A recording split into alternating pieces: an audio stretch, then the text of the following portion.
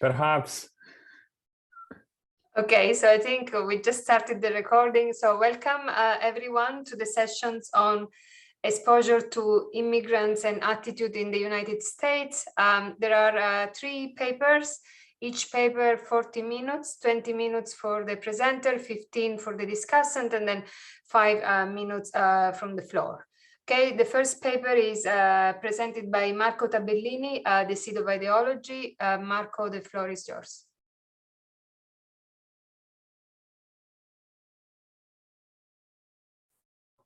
Thank you, Paola. Let me share the screen. Okay, let me open them in full screen mode. Okay, can you see the slides? Yeah. Fantastic. Okay, so this is joint work with Paola, and the motivation for our paper is that we know in the literature there's a negative correlation between ethnic diversity and preferences for a distribution. Most existing studies have so far focused on, but we know less about the effects of diversity over the long run. And there are many reasons why the short and the long run effects of diversity may be very different. One is the contact hypothesis, whereby as the majority group gets to know and interacts with the minority group members under certain circumstances, the attitudes of the majority may change. We know that immigrants tend to gradually assimilate, and this may in turn reduce backlash of the native majority. There's also the possibility that the preferences and the ideology of the immigrants spill over to the majority group. Importantly, the direction of these spillovers, if any, depend on immigrants' preference in this case for distribution, but more broadly on immigrants' preferences relative to those of natives. Now, in this paper, Paola and I studied the long-run effects of immigration on American ideology, and we focus on the age of mass migration when 30 million Europeans arrived to the United States. And we ask whether in the long run, the ideology of American-born individuals was influenced by the historical exposure in these places to European immigrants and to the preferences of these immigrants. To answer this question, we combine large-scale nationally representative survey data from the CCS with variation across counties in the historical exposure to European immigrants between 1910 and 1930 during the second part of what is known as the age of mass migration. And of course, I'll be more specific in a few minutes. We predict the initial immigrant settlements across counties using the railroads expansion interacted with the influx of early immigrants prior to 1900, and then we apportion to different US counties, basically the arrival of new immigrants from different origins in Europe to counties proportionally to these predicted shocks. So basically, for those of you familiar with the labor literature, this will be a modified version of the shift-share instrument. Let me preview the findings. We find that American-born respondents that today live in counties that were historically more exposed to European immigration are more likely to hold a liberal ideology and to support the Democratic Party. These individuals also have stronger preferences for distribution, and our effects are quantitatively large and similar to those of race and income, which in the United States, at least, are among the strongest predictor of preferences for a distribution. We then explore the mechanisms behind these results, which stand in contrast with the literature that has focused on the short-run effects of diversity and immigration on natives' attitudes. we don't find evidence consistent with the economic channels. And instead, the story that I'll try to tell you today will be about the transmission of ideology from immigrants to natives.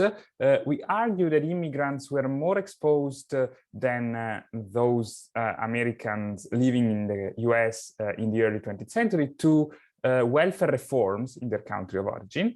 And through intergroup contact and horizontal transmission, the preferences that European immigrants that at the time were more left-leaning than their American counterparts flowed to the American culture.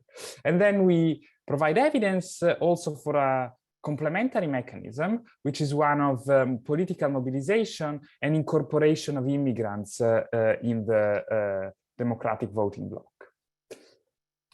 Okay, so let me spend a few minutes telling you about the age of mass migration.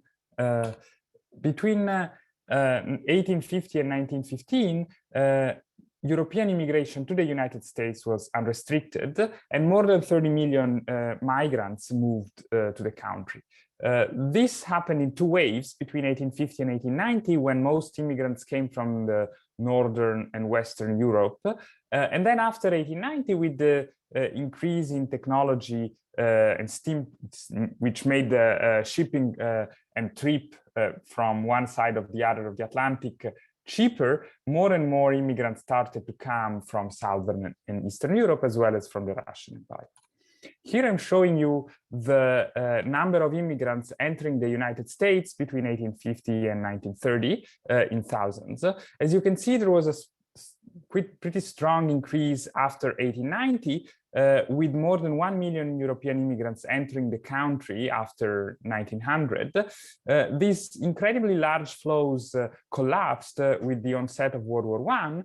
After the war, for a couple of years, European immigration reverted back to the pre-1910 levels, but then in 1921 and more permanently in 1924, US Congress introduced immigration quotas that formally capped the number of European immigrants that could enter the country. And one important peculiarity of these quotas, which is one of the reasons why Paola and I focus on this specific 1910 to 1930 period, is that they were set in a way that fewer immigrants from the more recent origins, so Southern and Eastern Europe, were allowed to enter the country. And so this, in some sense, gives us important variation, not only in the number of immigrants, but also in the type or the origin of immigrants that came to the United States, because between 1900 and 1915, roughly, most immigrants came from Southern and Eastern Europe.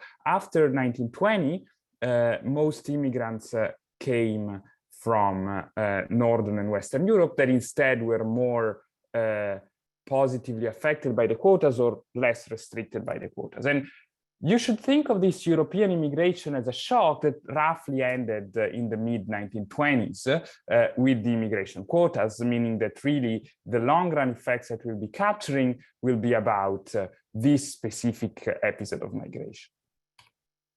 Now, why could European immigrants have influenced American ideology, moving it in the left-leaning direction? And there are a few reasons why this might have happened. Europeans, especially after 1900, had been exposed to more social welfare reforms in Europe, whereas their American counterparts, as some and co-authors have shown in another paper, were extensively exposed to a frontier culture which promoted rugged individualism. And so this rugged individualism, compared to the experience of the Europeans arriving after 1900, I think is one of the reasons why we should expect European immigrants to have a more left-leaning ideology. Now, once European immigrants arrived, over time, their ideology might have spilled over into that of natives. And we've seen this spillover process in American history in several other domains, such as the cuisine, but also more perhaps related to what Paola and I do in the kindergarten university system, which, as many of you may know, were basically imported from Germany and were built around the Prussian model.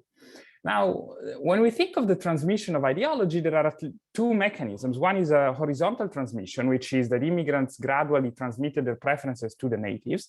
Another possibility is that immigrants themselves, or the kids of the grandkids of these immigrants, vertically received the culture and the preferences of their parents and grandparents. And in the paper, and in today's presentation, we try to convince the reader and you, the audience, about the horizontal mechanism, although we do not rule out the fact that the vertical transmission process might have been at play. And then simultaneously, this process of transmission may have been facilitated, and we'll provide you some evidence with, by the political mobilization of immigrants, which were incorporated in a increasingly left-leaning democratic voting bloc.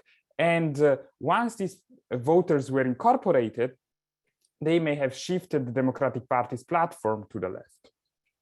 Now, briefly, we use data from two key sources. The first one is the full count US census of population between 1900 and 1930, which allows us to measure, among other things, immigration and other variables. And we merge this with the Cooperative Congressional Election Studies, which is a survey on political ideology and preferences for redistribution across US counties between 2006 and 2018.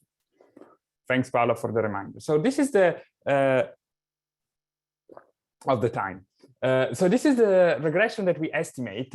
We regress the ideology of respondent I in County C during survey year T against state and survey year fixed effects and this historical average immigrant share between 1910 and 1930, including then historical and not contemporaneous county characteristics, as well as individual controls. We use a version of the shifter instrument, which very intuitively combines two sources of variation: geographic variation in the settlements of different ethnic groups with time series variation in subsequent inflows of immigrants from different sending countries. Relative to the draft that we had online, so James had to see the slides because we don't have the updated version, but we do something slightly different, and we construct this instrument in two steps. In the first step, we exploit the railroad expansion across counties between 1860 and 1900, and we interact this with the timing of immigration at national level by country of origin to predict which counties had a different stock of immigrants by 1900 from different countries of origin. And then we interact these initial shares with the national flows between 1910 and 1930 at the national level of different ethnic groups. So basically, this is a CAD instrument modified by predicting the initial shares. And the identifying assumption is that the timing of migration flows and of railroad expansion before 1900 must be uncorrelated with the migration patterns of different groups after 1910 and with county-specific factors that were themselves correlated with the evolution of ideology. We performed several robustness checks. Let me go very quickly through let me skip them and instead jump to the results in the interest of time. I hope James will not criticize us too much. Okay, so here are the results.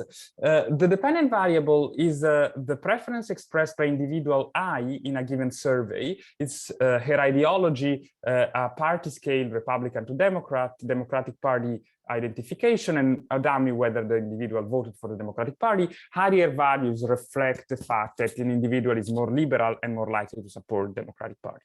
And what you see is that focusing on panel B, where I report two stages least squares results, immigration historically is associated with more support for the Democratic Party and with more liberal ideology among the natives.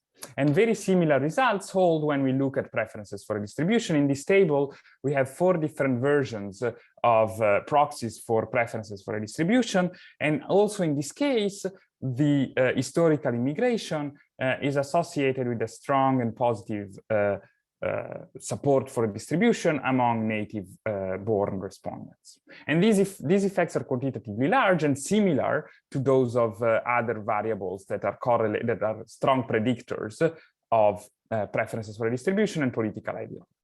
These results stand in stark contrast with those estimated for the short run by a number of papers in the literature of immigration.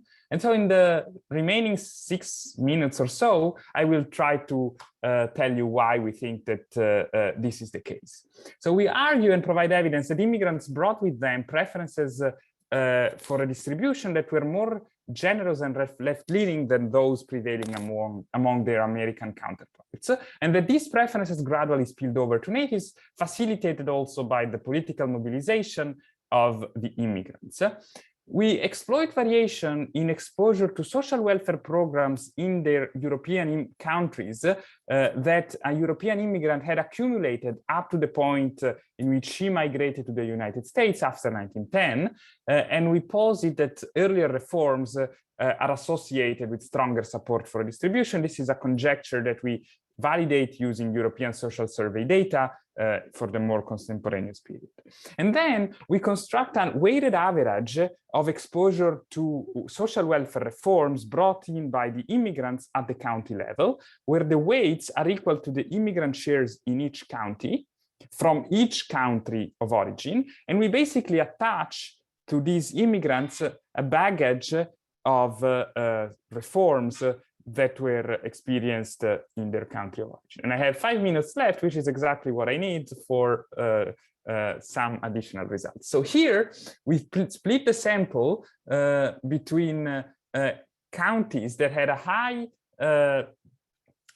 exposure to reforms, so an index of reforms above the sample median, and those that had a exposure to reforms below the median. What you see is that the effects of immigration on both ideology in the upper panel and preferences for redistribution in the bottom panel are stronger and not always, but often statistically different than those in the below median sample. Meaning that the effects of immigration were larger where immigrants had been more exposed to social welfare.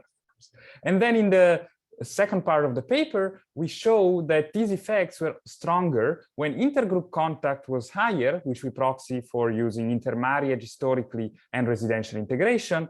The transmission of preferences was stronger, so the effects of immigration was stronger when immigrants were culturally closer. This may be because it was easier for natives and immigrants to communicate, and because linguistic distance is also a proxy for culture. The effects were also stronger when immigrants were more politically integrated, namely when they were more likely to be naturalized. And we also exploit some additional data sets, and I don't have time, unfortunately, here to go through these results, but we provide evidence that seems to be inconsistent with a full vertical transmission explanation. And in the very last slide before concluding, I will show you this figure, which plots the two-stages least squares coefficient on the effect of immigration on the democratic vote share in presidential election between 1900 and today. And the relationship is pretty much flat until 1928, which is a special election year, because Alfred Smith, who was himself a descendant of foreign-born individuals, was the first Roman Catholic who ran for president for the Democratic Party. And according to historical accounts, this election was key in attracting to the Democratic Party the immigrants. And this is a quote from Christy Anderson, who in 1979 posits that this was indeed the case. And before Paola reminds me that I'm out of time, let me conclude. So in this paper, we studied the long-run effects of European immigration on American political ideology. We find that today, US-born individuals that live in counties that were historically more exposed to immigration have more left-leaning preferences for distribution and liberal ideology. And we provide evidence that these results are due to the transmission of more liberal preferences of immigrants to natives, which were reinforced by the political mobilization of the immigrants. And then I think there are two main takeaways from this paper. The first one is that it's key to distinguish between the short and the long run effects of diversity.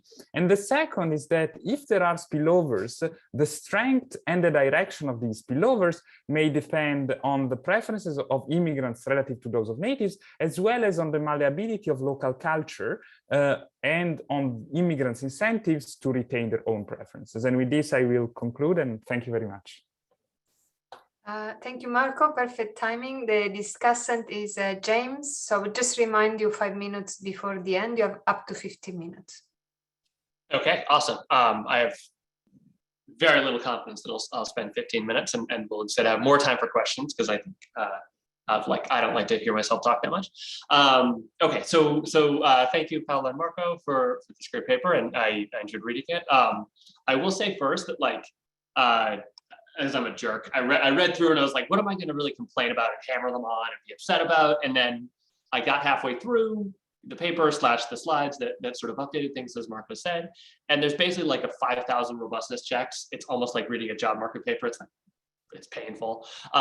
It's like everything I thought to complain about was like, oh, they've already dealt with it. So I was going to complain about counties, because counties are kind of not really the right unit. I don't think, especially someone who lives in Massachusetts, where counties aren't really real.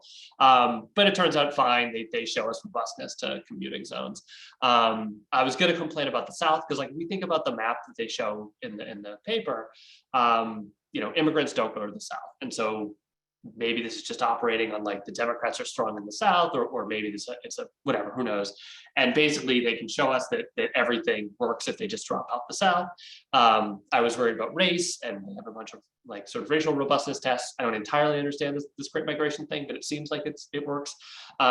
There's a frontier culture. So like I was worried Sam might be upset we didn't cite him enough. And here's a table E5, which is like pretty deep into the paper.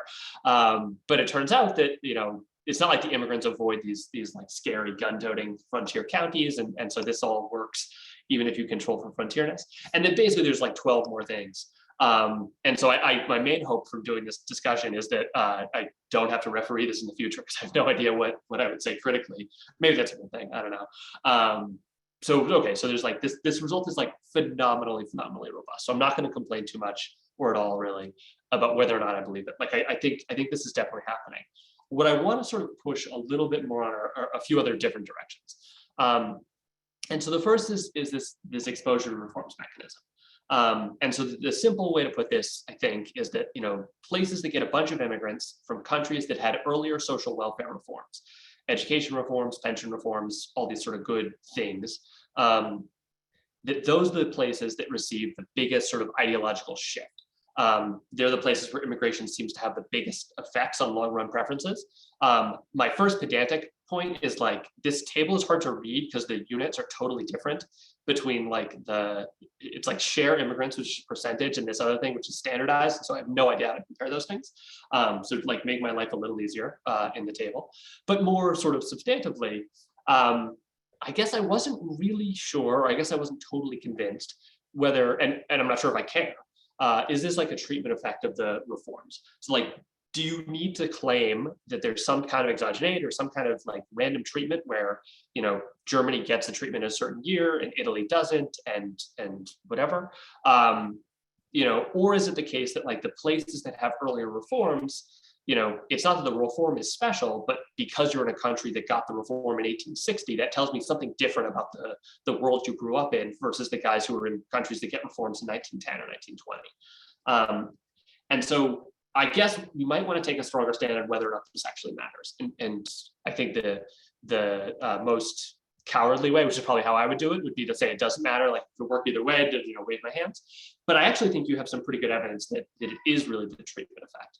And I think the German example, which Mark made bring up, is really nice. So in 1884, Bismarck basically co-opts the left and has this idea of like, I'll give you guys pensions and worker reforms and all these other nice things to sort of cut the legs out from any kind of leftward political movement. And what they show in the paper, and when I just look at Germans, is that getting a bunch of Germans who immigrate before 1884 doesn't seem to matter. And getting a bunch of Germans who immigrate after they've been treated by this reform, that really does seem to matter. I think you could probably push this a little bit, sort of, I wonder if you can push the data a little more on this so like, like compare the Germans that you get, like the just pre-reform Germans to the just post-reform Germans, just to see if like is this really nice, or is it, it could be the case that the early wave of Germans are very different from the later waves of Germans in terms of where they come from. I don't know enough about German immigration history to tell you that's really true. They're Catholics versus Protestants or something. So this seems to point in the direction that these reforms are treatment, rather than they're just sort of like uncovering something in the origin place. Okay, so that's like thing one, is how much to push on the treatment. I'm not excited this is getting recorded. I don't totally believe persistence studies in the US. And I know this is like a really dangerous crowd to say this in front of, but like, there's just a lot of migration in US history. And so I guess I should say, I don't know that I really believe geographic persistence studies in the US. So I did a very scientific survey of all the people who accosted me in the last week or so as I walked my new puppy around the neighborhood.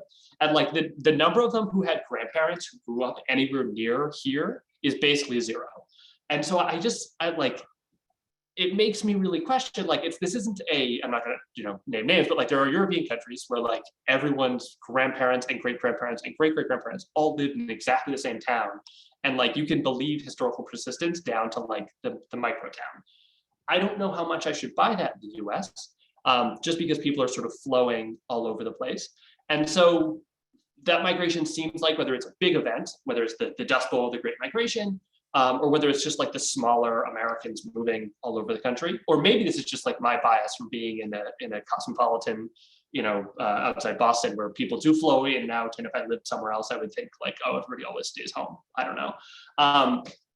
But given that, and given the fact the results are like insanely robust, so there's clearly some shock that happened to these counties 100 years ago does matter today. What does this mean? Like, how does this actually work if many of the people are not in fact descendants of people who were exposed to that shock 100 years ago? And so I don't have like a really good answer to that. Maybe this is not the right paper to try to solve this problem, and maybe like it'll be someone else doing something else. But I feel like there's not a satisfying answer to like what are the things that the influx of immigrants, in your case, are changing about a place that causes it to be more politically left 100 years later? Because like, I guess I get your story. There's some like spillover to the natives, but if the natives then move somewhere else, I don't see how that like spillover sort of stays contained within the county. Especially like, again, counties are kind of arbitrary, and like you could imagine like the neighboring counties should also get some treatment as people like sort of move back and forth. So clearly there is a long-term effect, but like, what does it mean that migratory churn doesn't turn this off? And I think that's interesting. I would like to know more. Like, maybe you can figure out a way to say like, the places that have as little migration as possible, the effect's even bigger. And so, this is a huge effect for the 10% of or 25% of people who do sort of trace their lineage back to the same county. But we scale it down because there's all these people moving. Okay. Marco showed this, and these are my scribbled on notes. So there's the Al Smith spike, and then there's sort of a perplexing, to me at least, non-spike for JFK.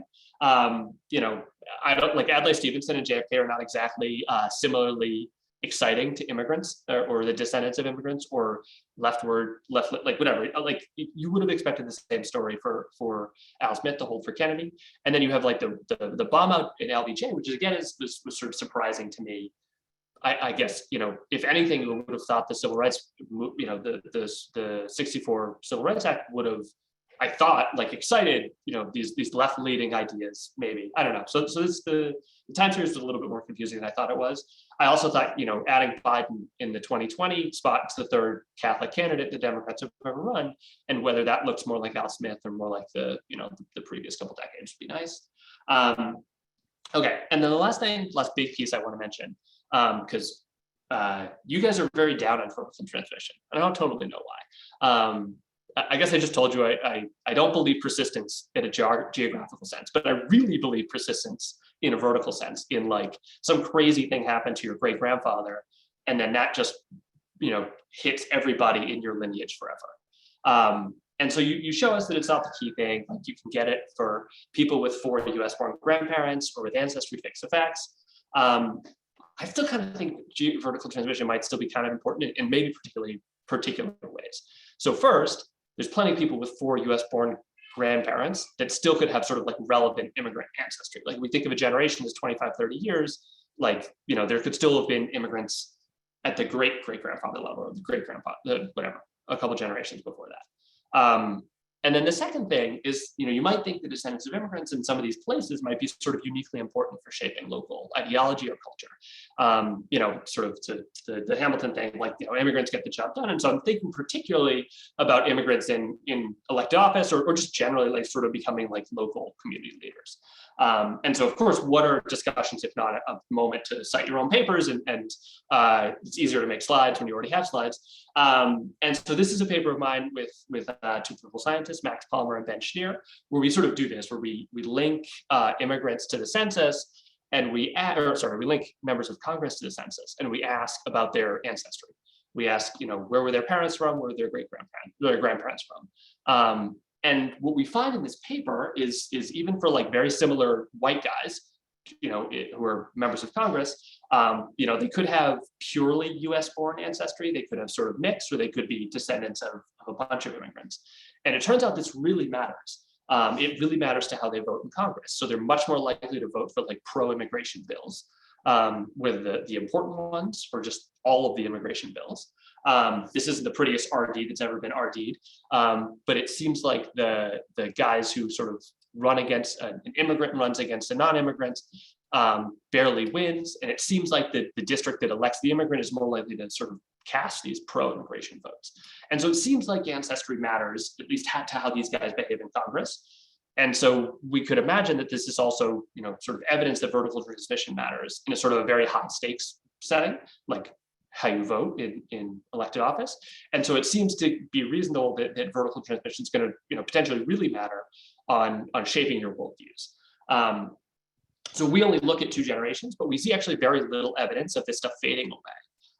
That being an immigrant is basically the same effect as being the kid of 2 immigrants, as the same effect as being the kid of 4 immigrant grandparents.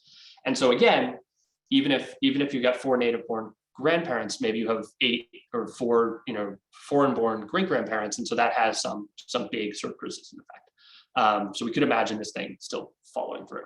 And the last thing I'll say is, so Marco told me not to read the paper, which is like the best thing to ever email a discussant, and to just read the slides. And he said, we're trying to change the pitch away from immigration and towards preferences for redistribution and diversity. And so this idea of like, you know, negative correlation between ethnic diversity, preferences for redistribution. And Marco talked about this at the very end as well. And here, like you guys should listen to whatever referee told you to do this, because whatever, it wasn't me.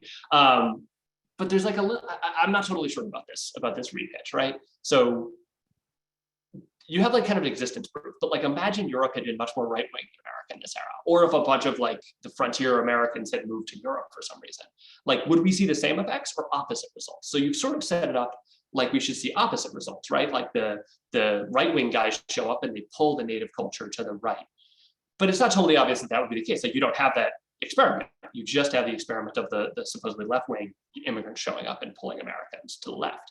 And so, you know, is this basically, are these the long-run effects of any ethnic diversity, or is there some special thing about this kind of ethnic diversity? And I guess you have a story that's consistent with both of these points. And so I don't know how much you want to get into a fight over which of these it definitely is. Like the thing Marco said at the end was like, it really depends on the ideology of the immigrants. It's not totally obvious you have like evidence that really depends on the ideology of the immigrants. This could just be some magical story about in the long run, whatever, this thing happens. The only other thing I'll say is like, I'm not totally sure I totally buy the like US right-left versus Europe in 1900. So some of these things definitely, like pensions and social welfare, it seems like pre-World War II Europe is to America's left.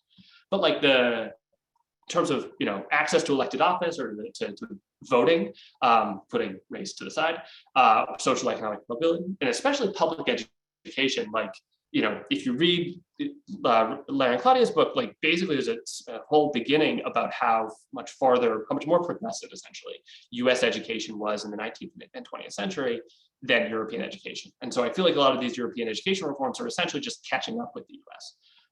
So it's the more you can get away from saying like there's a left-right difference between these groups or between Europe and the US in this era, I think maybe a little bit safer, because it's just hard to map our conception of that onto this. And then I had some random crap you can probably ignore.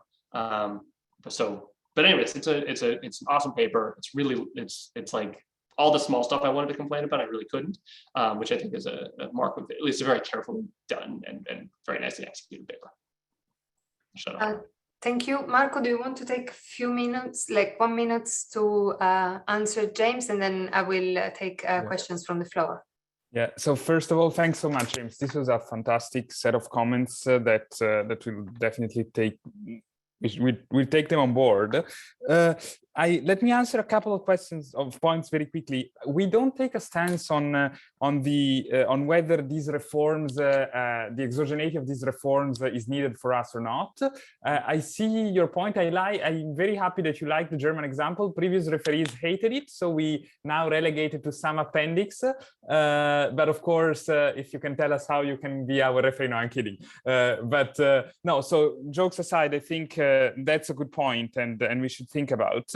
We hadn't thought about the JFK and LBJ drop, so that's something that we should again take into consideration. And lastly, we will probably bug you about your paper, the last one that you showed us, because we were indeed talking with Paola about that and trying to do something similar. The thing on how come that these places like still see these preferences on the left, I guess one way of pitching it is, are we estimating an effect on places or an effect on people? And then of course, this pushes the question next, which is how do we understand what is the effect on place and how it operates? But yeah, no, so thanks a lot for putting all this effort in the discussion, James. It was really, really helpful. So a few questions, Pauline, Sam, and Pani. Yeah, thanks. This is a great paper. I've got a question on the interpretation of the democratic vote share. So, you interpret this as the Democratic Party maybe moves more to the left, but it's mainly preferences that change. I'm wondering to what extent you observe higher active capture by the Democratic parties of these places, and where you can observe spending. And I would also address the comment that you observe this place-based persistence, because if the Democratic Party, spends more in those districts, selects better politicians, what have you, then that would also explain the persistence at local level. There's another thing I want to say is that there is a paper that looks at Italian migration to Argentina before and after Mussolini, and that, so I don't think you cite that paper, and it's a recent paper, but I think it's very similar to your German experiment, which I also like very much, because that was one of the questions that I had. Anyway. Sam? Yeah, I had, I think, kind of similar thoughts as James on the place versus people, but I'm more optimistic than he is, I think, about how to interpret these. And I think part of it kind of relates to what Pauline just mentioned, which is the possibility that these immigrants are creating a set of institutions in these places that are then potentially attracting more natives that are like them into this place, and perhaps kind of pushing out people who are natives who are there, who may not like the left-leaning culture that's being created in these places. And that the migration itself is kind of over the subsequent century is just one of the kind of mechanisms for persistence in that place. And so I think, I know there are all kinds of constraints on looking at internal migration after 1940, but there might be kind of ways to kind of, get a sense of how much in and out migration of certain types of people might be needed to kind of explain some of the some of the persistence and distinguish the people versus place. Pani? I have a very quick question. When you look at the control variables you have, because you went very fast, is it any control for whether the previous generations held any political offices? I mean, if you're looking at the seats for ideology, what I was thinking is, okay, let's suppose your grandparent or great-grandparent, whoever immigrated earlier, held a political office or something, I don't know, so to some extent. So in that way, it's conceivable that they could be channeled more thinking in that way. I mean, is there any story to be told? Or you say that, oh, it doesn't matter? So that was one of the questions I had about, maybe you already control for it, I don't know, but I just wanted to throw it out at you folks. Thank you. Marco, 1 minute. think we are discriminating against Eduardo, who had also his hand Oh, up, right? sorry, I didn't see the hands. Sorry. Yeah, I took just 3 because I want to finish on time. But Eduardo, go ahead. Yeah, very quickly, I was wondering if you could look at voting records in Congress for people at the congressional district level, especially because then you can look at support for specific reforms that may be something that was in place in Europe in a specific country versus not when these immigrants were coming, and so you can kind of discriminate between different reforms. Paola, do I have time? I think these are all great suggestions. Let me maybe 1 second to Pauline's point. We do find that there was a stronger increase in New Deal spending at the local level where there were more immigrants, which I think is consistent with the idea of programs that then may have created a specific set of political institutions. I suspect I don't have time, Paola, for answering the other suggestions, but these were all great points. So thank you very much. Thank you. The second presenter is Sam Bazzi, Frontier Culture and Gender Inequality in the US.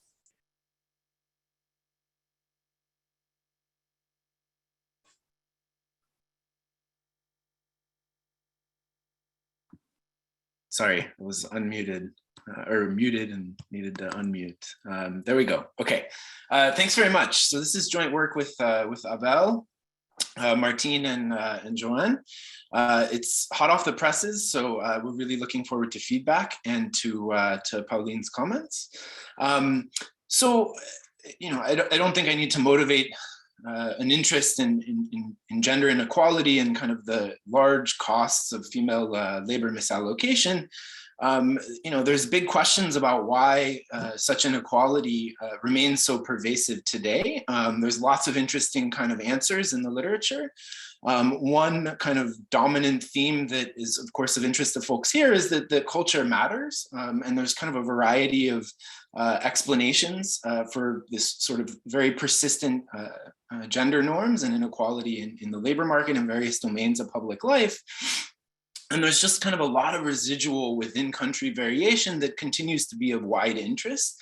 And so what we're going to do in this paper is try and convince you that the process of settling America and frontiers, the frontier experience in particular, has this kind of residual legacy in shaping gender norms and kind of the role of women in society.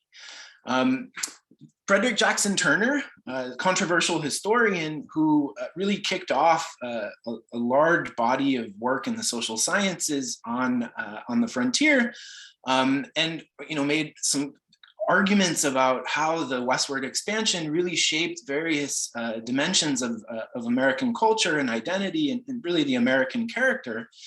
He didn't talk much at all about the role of women on the frontier. A lot of folks did later on, but one kind of important thing that we're going to highlight early on is that frontier life was very isolating and had a very kind of distinctive set of demographic characteristics. And so what we're going to show you at the beginning is just that the frontier was very male dominated. There was a lot more kind of prime age adults relative to older and younger folks.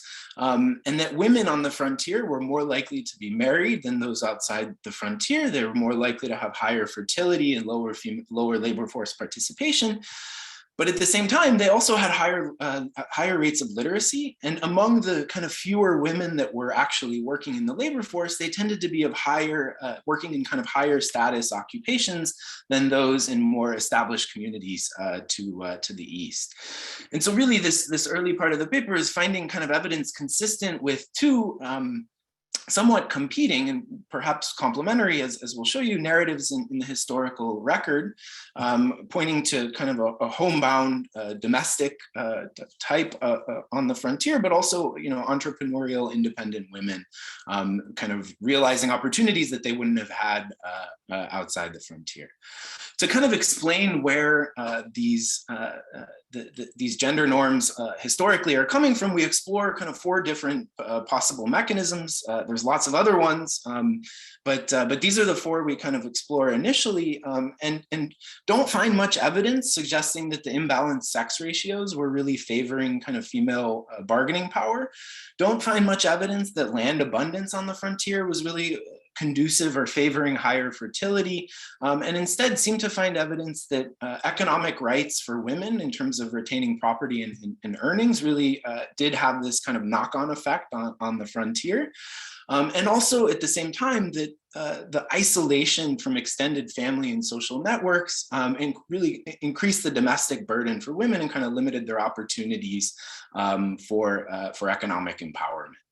And then in the latter part of the paper, we turn to the long run and really try and trace out the frontier legacy, looking across counties in terms of the time that they spent on the frontier historically, and find that the kind of fertility differential seems to actually disappear by the middle of the 20th century, but that we still see very persistent differences in female labor force participation across high and low frontier experience counties.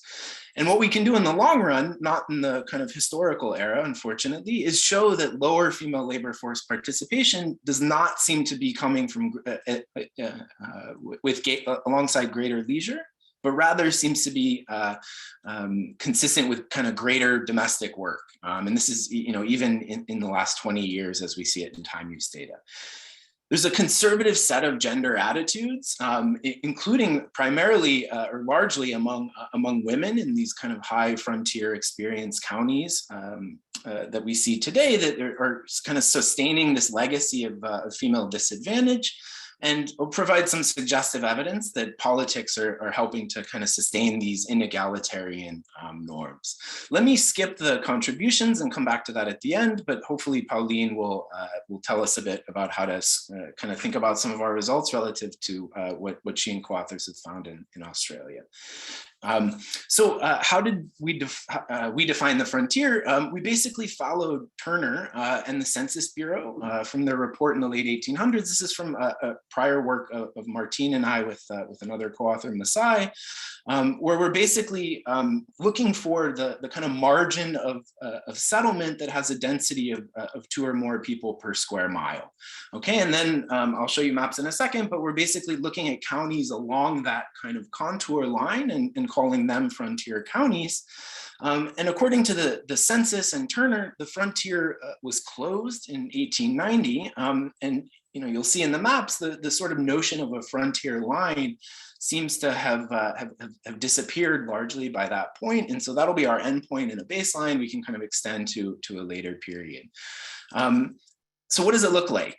So here are density maps at the county level, beginning in, say, 1790, the first year we can kind of see this comprehensively in the census. Those red lines are showing you those contours that the GIS is finding where population density falls below 2 people per square mile.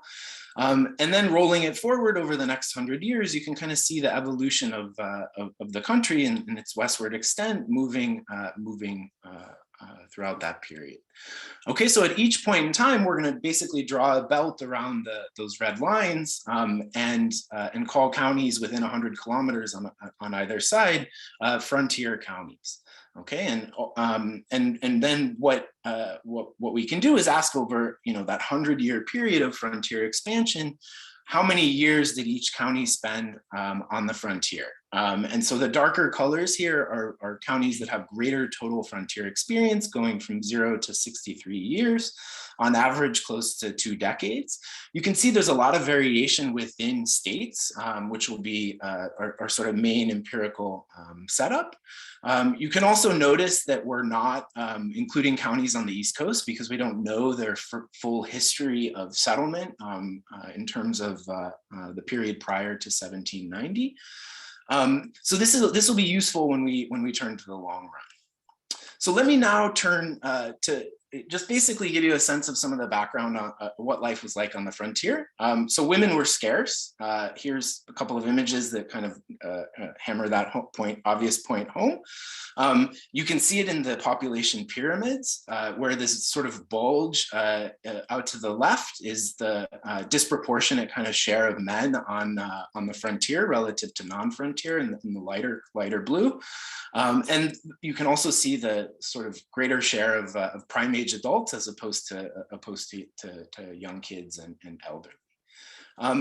It was also quite isolating. And there are really two forms of isolation I want you to think about that kind of underlie the measure of frontier county. One is that these are low density places. And so you're kind of isolated from others within your county.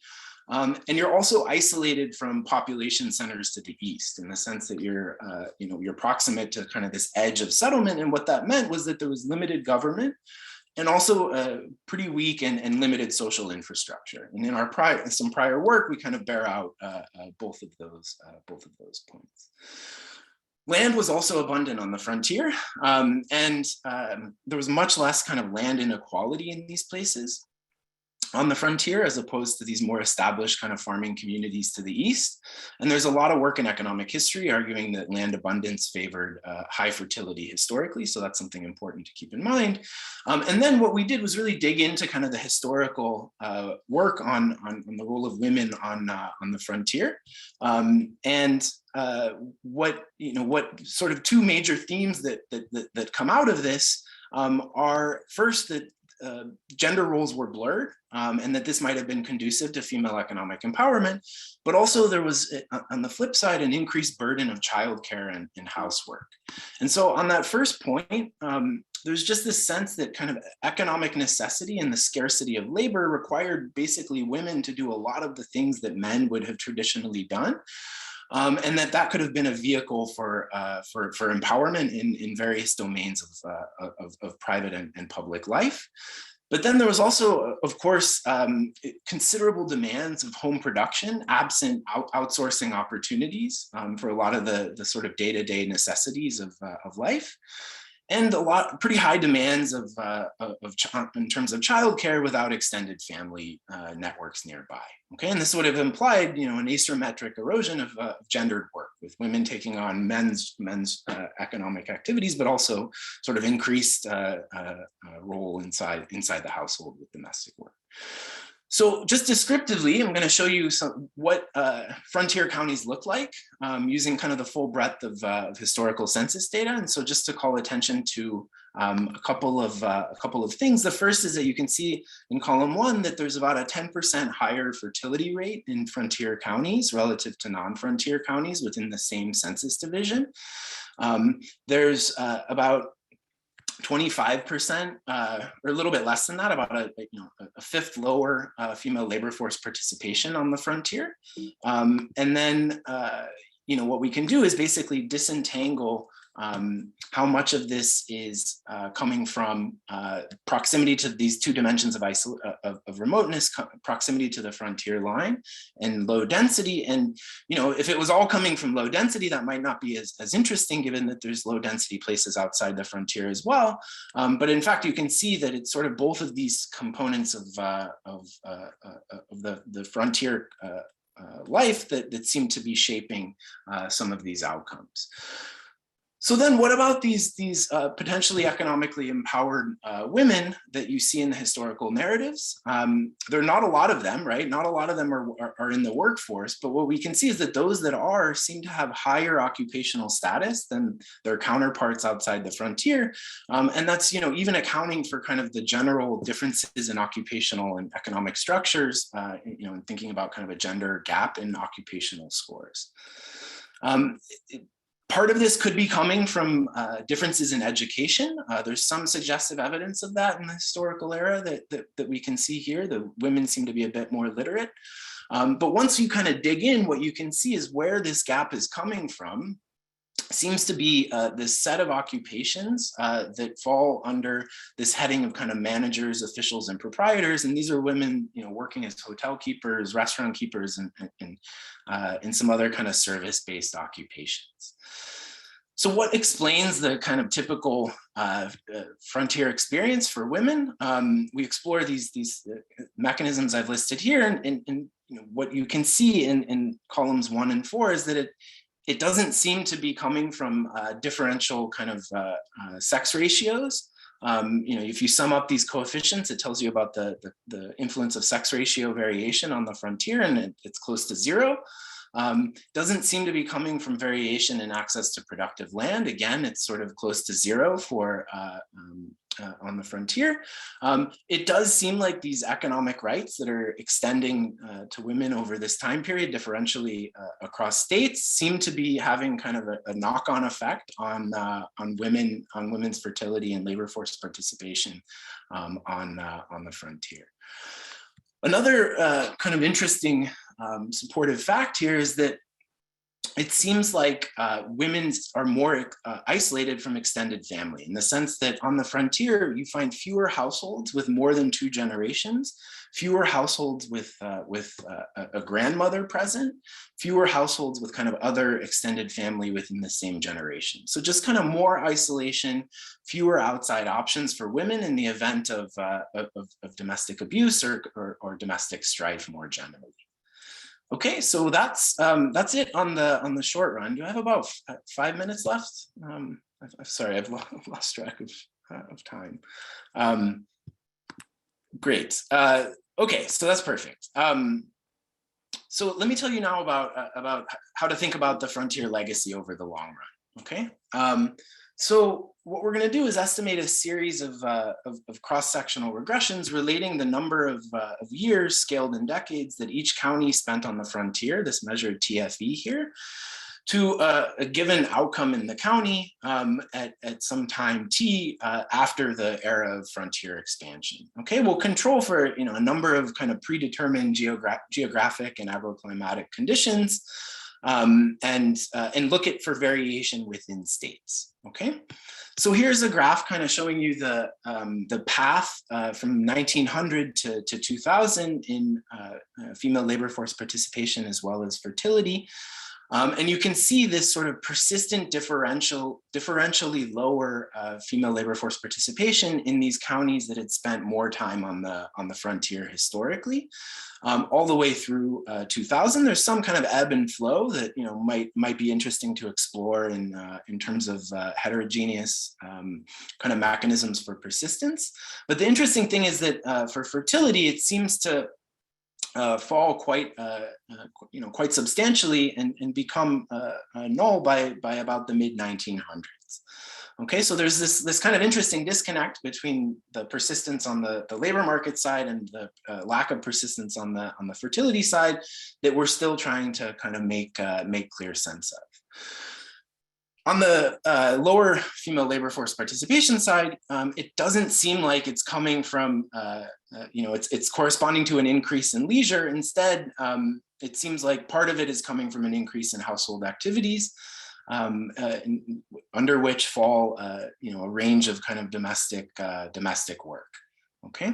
And I'm not gonna, there's too many numbers on this table. I've just kind of highlighted in red a couple of summary indices from the lifestyle survey as well as the general social survey that kind of aggregate views on women's role in society and in terms of the labor market, in terms of politics and so on.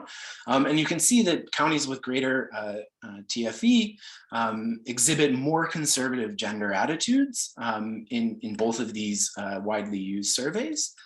And this is pooling both men and women. And then interestingly, you see very similar significant effects for both men and women when you split them up. And if anything, the effect sizes look to be slightly larger for women than for men. Okay. Now, what about politics? So, at the end, we kind of wanted to get a sense of how much of a role politics might be playing and the lack of female access to politics might be playing in kind of sustaining some of these patterns. And so what we're looking at in column 1 is whether the congressional representative in a given district is voting for female suffrage in 1919. You can see about 70% of them did. The point estimate is not statistically significant, but the effect size is substantial, suggesting that frontier counties or places with greater frontier experience historically, the representatives there were more likely to vote for female suffrage, which is actually consistent with kind of the history of suffrage in the US, which happened initially kind of out west.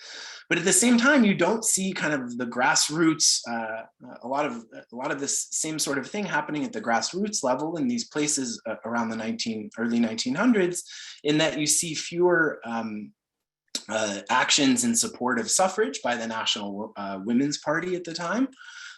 You see a little bit in columns 3 and 4, a little bit of evidence. It's pretty noisy that these places over the 20th century have less female participation in politics. But again, it's not especially precise, but we do think that there's some interesting kind of questions about the role of female leaders in society and what role they might be playing in shaping attitudes in subsequent generations.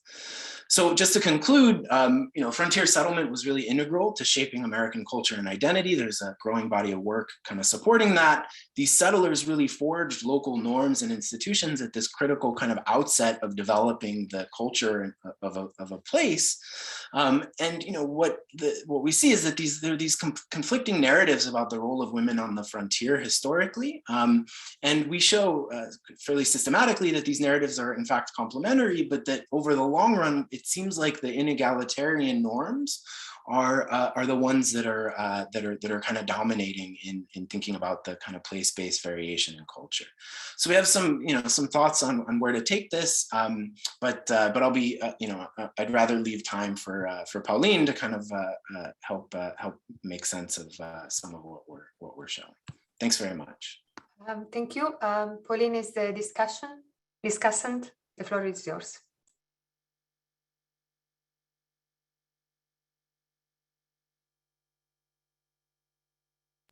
Sorry, I always have to do this twice to be full screen for some reason. Okay, so thanks so much for inviting me to discuss this paper.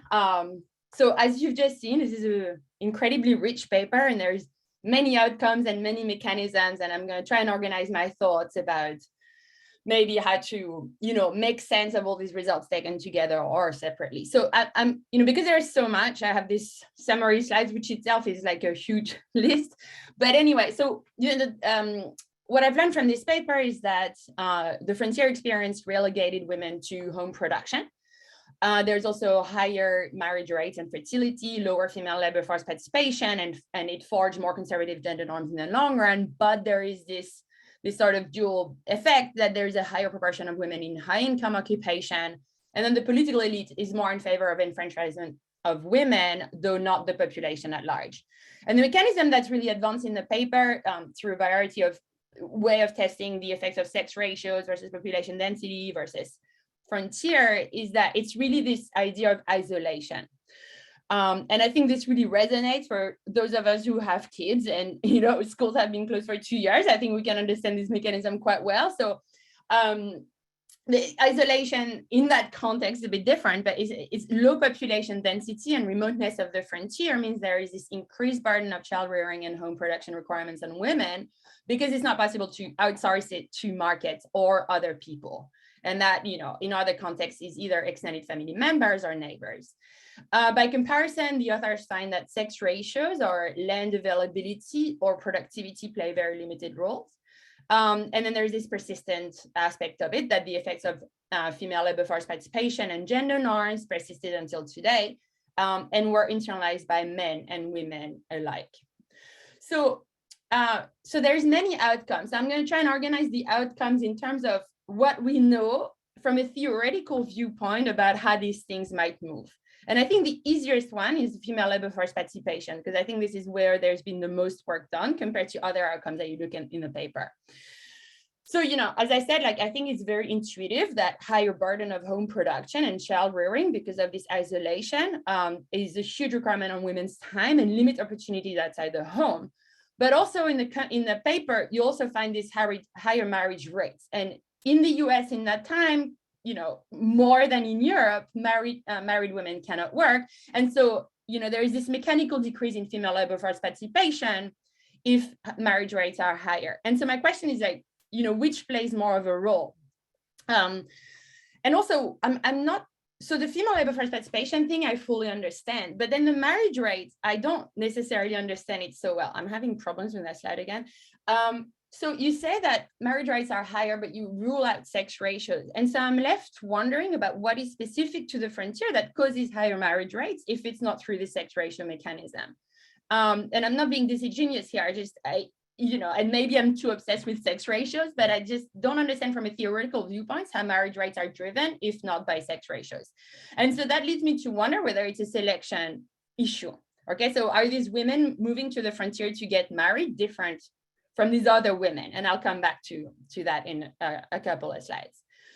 So, so female labor force participation and childcare. So there is this increased requirement of home production because there is this lonely migration, right? So you move without your extended family.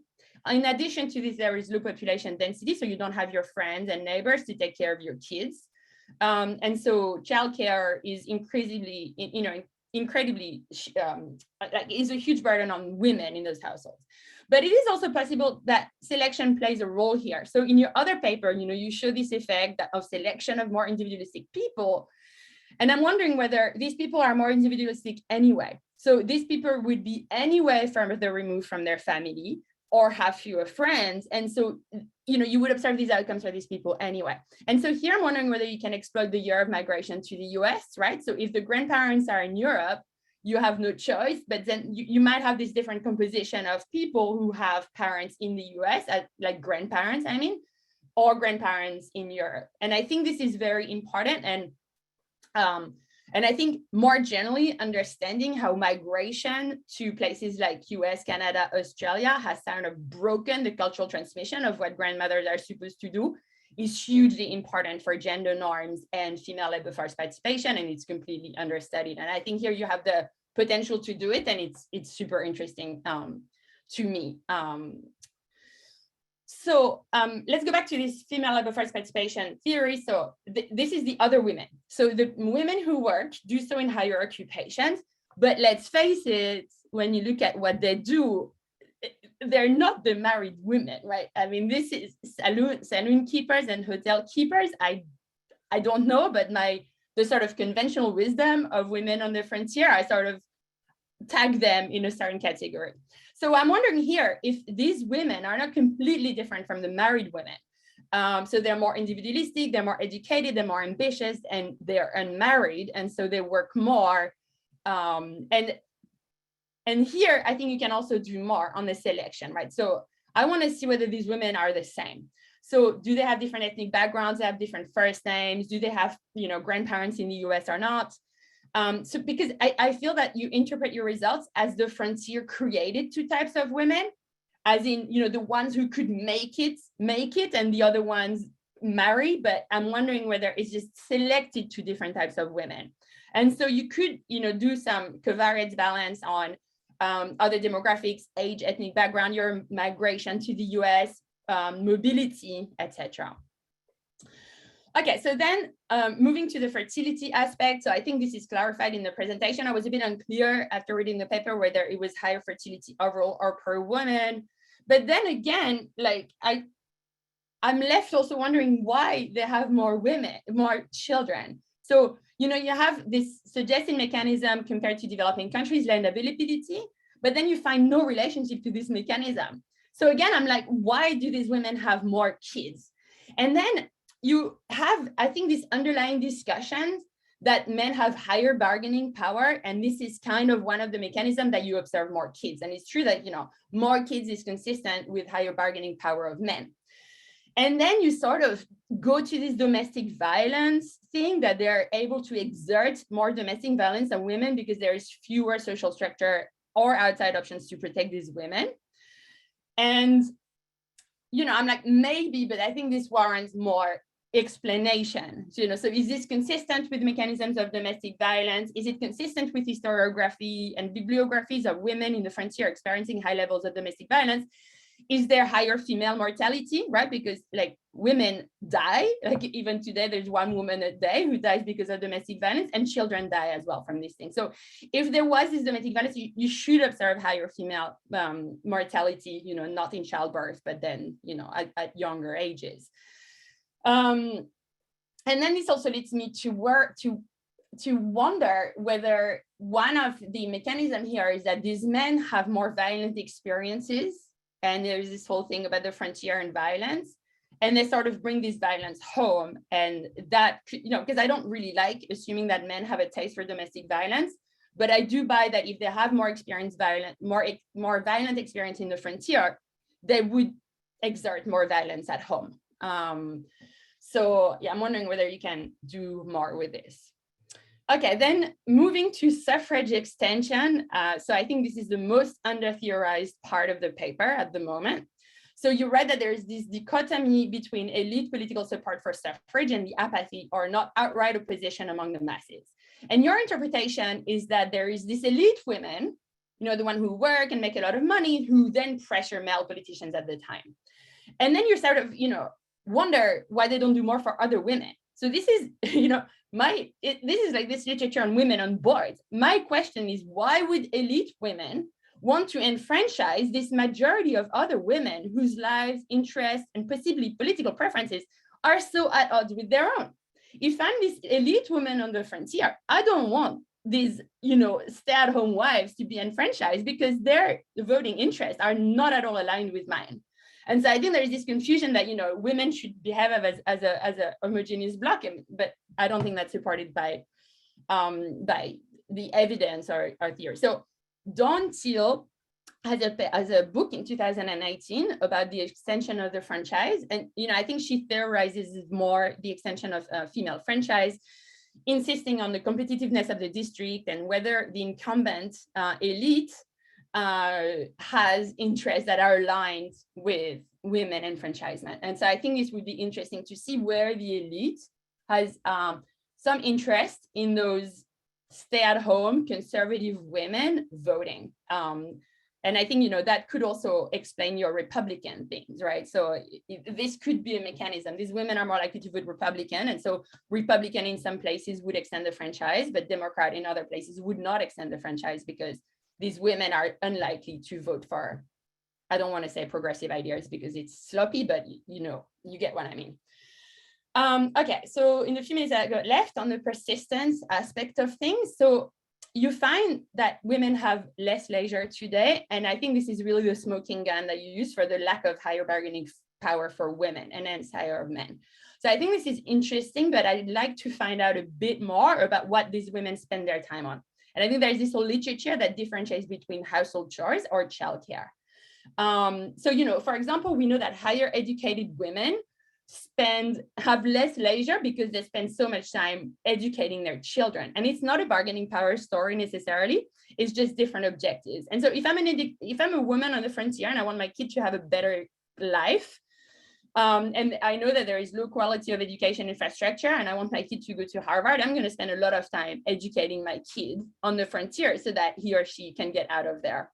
And so, you know, this is just one example that the leisure doesn't necessarily indicate bargaining power if it's spent on childcare, but for sure, doing the dishes, that doesn't, you know, benefit my child in any sense. So I think there's this difference between spending time educating your children and doing the dishes.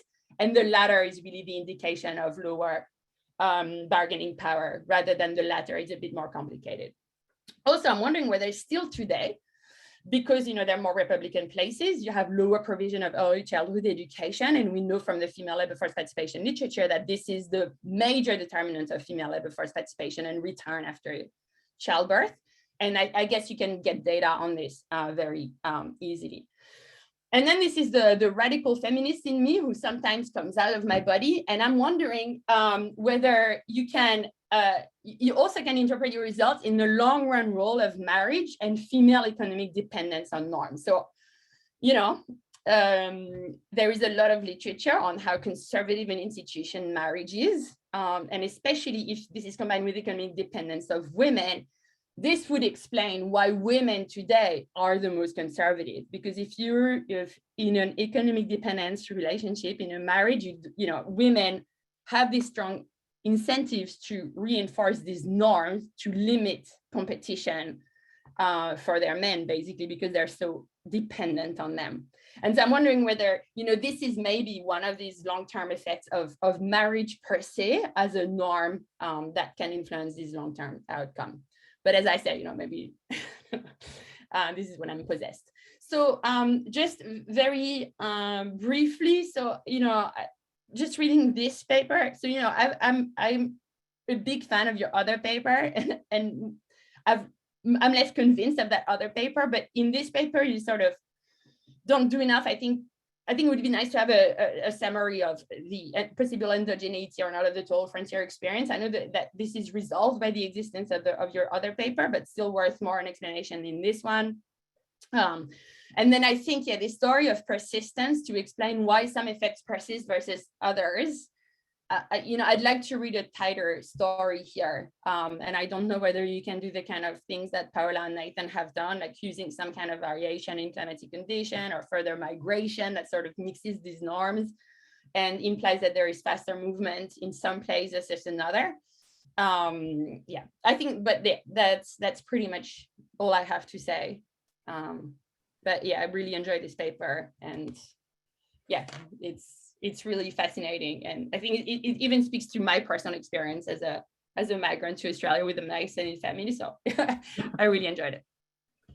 Sam, do you want to take a few minutes to answer Pauline, and then we can take questions from the floor? Yeah, sure. I mean, that was exactly what I was hoping for from a Pauline discussion of this paper. So thank you so much. These are like really fantastic comments, and we've been thinking a bit about some of them, and so it's nice to kind of hear it articulated in your own words. So the selection point is really important, and I do think we can do a lot more there, and shed light on some of this. We'll be a little bit constrained by the ability to link women across time, but I think we can definitely say much more about whether the women in the upper tail, as we're calling them, are totally unmarried, and really say a lot more about the marriage mechanism, because we haven't. You're absolutely right that we haven't taken that seriously enough. And then I would love to know more about domestic violence historically. There are narratives about this in the historical literature, but we've struggled to find anything that we can kind of systematically measure. So I'm a little concerned that we won't be able to really do as much empirically there. But yeah, let me leave it there. I mean, these are fantastic comments, and they've really kind of given a pretty clear roadmap of how to move forward with the paper. So thanks so much. Okay, Marco. Thank you. I have a few thoughts. One is, Sam, I don't know whether you can exploit variation in the female-led temperance crusade, which happened, I think, in the 1873-74, which is roughly at the end of your frontier period, to see whether you see some traction, some action on that. And then I was thinking about, so I was surprised that you did, maybe it's in the paper and it didn't, of course it was not in the slides, like in the CCS, attitudes towards abortion and more related to the kind of women's right, but like today we think of abortion as one of the most politically controversial issue. And lastly, on this self-made, like this polarization in some sense, some women doing very well. I wonder whether you can exploit patent data and look at the patterns of innovation after World War II and see whether there were more innovators or upper tail women. Sure. Oh yeah, no, great. I mean, so Marco, yeah, I just got the temperance data last couple of weeks ago, and so it's on the agenda. The abortion one's going to be a little bit difficult, I think. We haven't looked at it, we will, but I think it's going to be a little bit difficult to make sense of, given how confounded it is with like partisan identity and religion, and but it could open the door to some other kind of mechanisms and a role for kind of organized religion and thinking along those lines. And then, yeah, the innovation idea, it's a nice one. And I think finding that upper tail over, in the latter 1900s is going to require some different kind of approaches in the data. So that's a nice suggestion. Thanks. Okay, thank you very much. So the last paper is the Immigrants Next Door. The presenter is Aakaash. Great. Let me just share my slides. Thanks so much for including our paper. It's been a great session so far. I'm looking forward to the discussion and questions.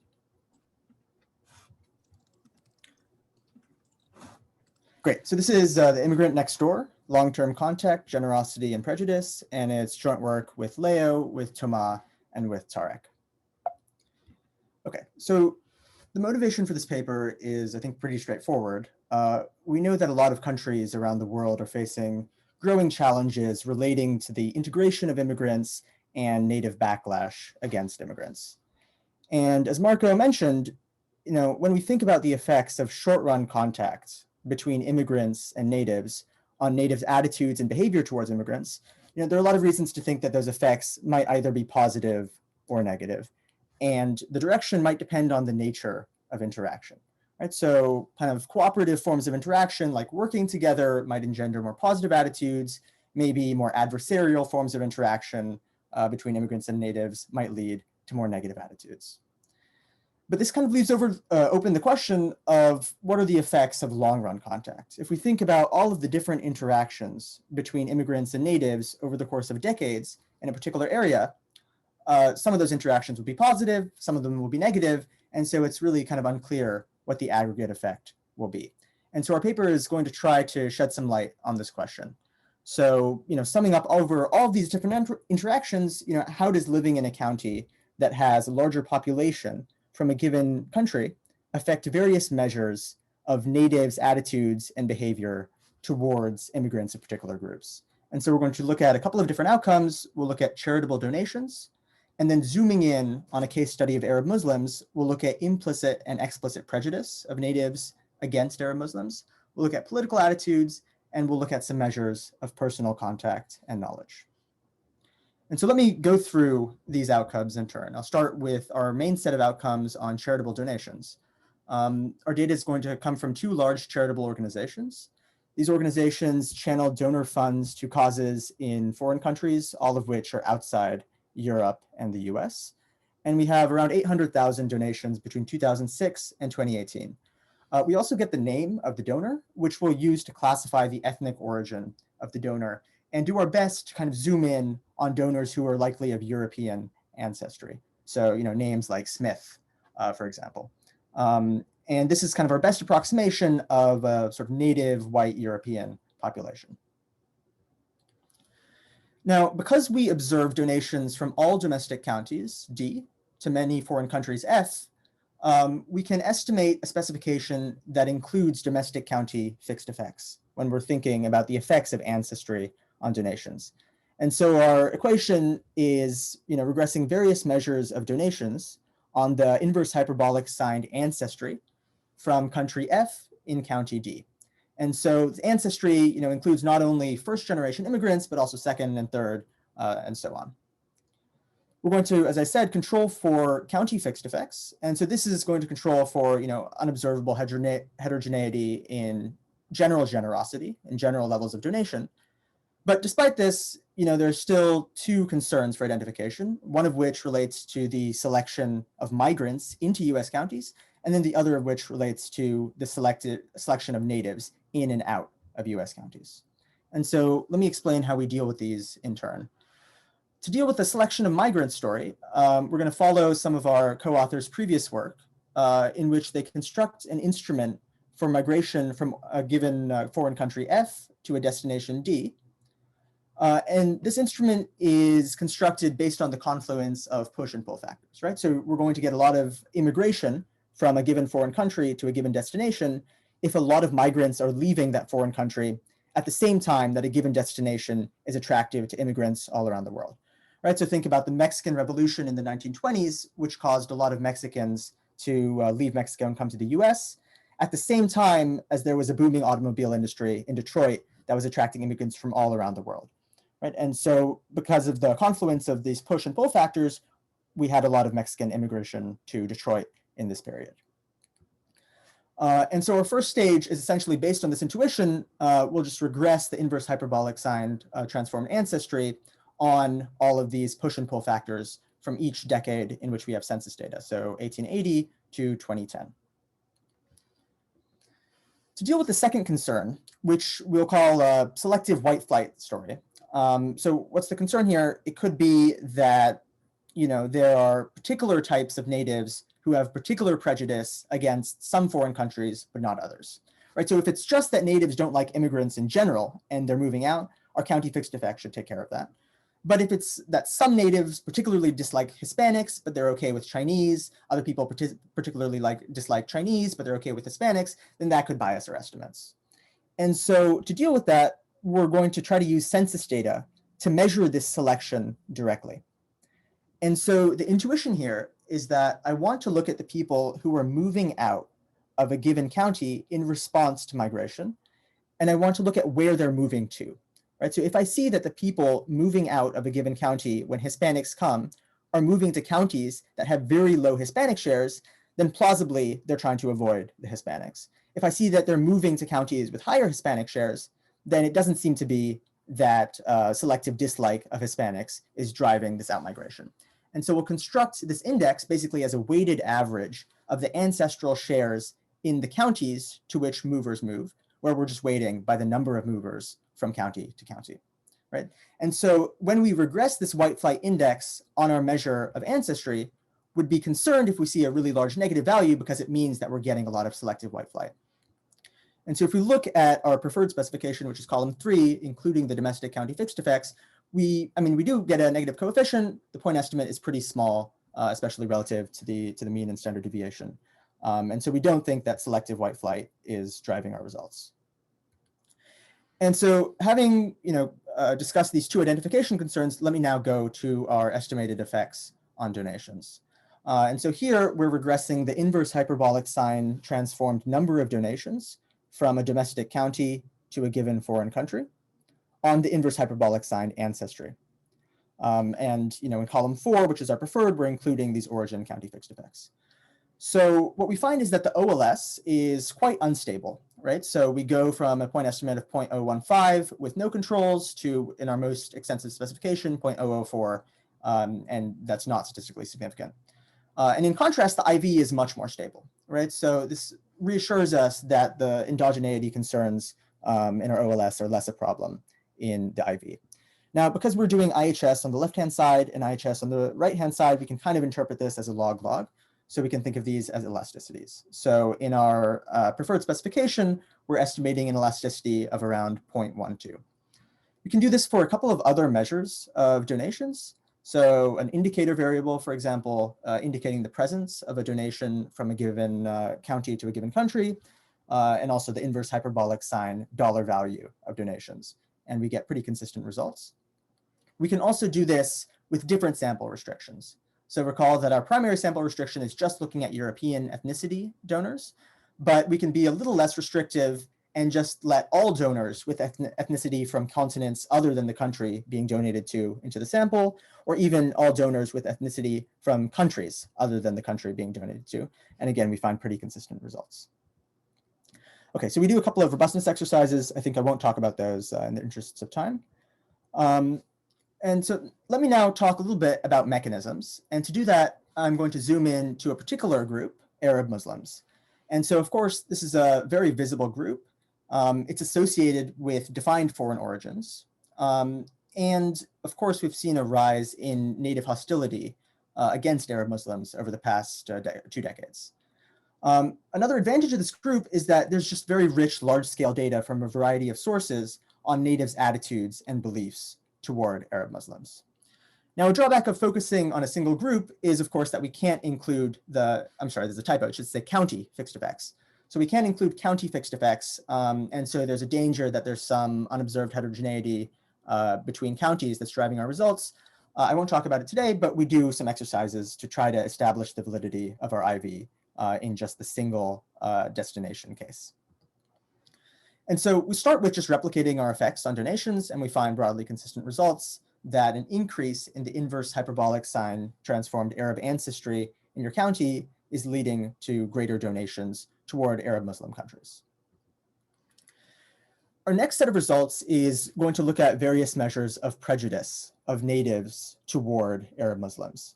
And so this data comes from Project Implicit. It's data on implicit association test scores, right? So data from the IAT, which is designed to measure quote unquote implicit prejudice as compared to more explicit forms of prejudice.